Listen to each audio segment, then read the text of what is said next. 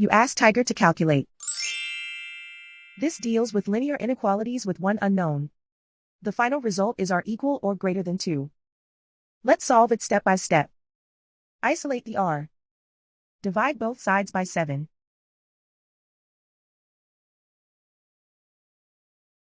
Simplify the fraction.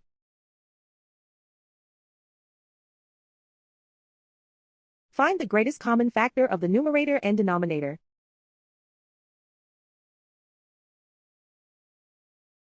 Factor out and cancel the greatest common factor.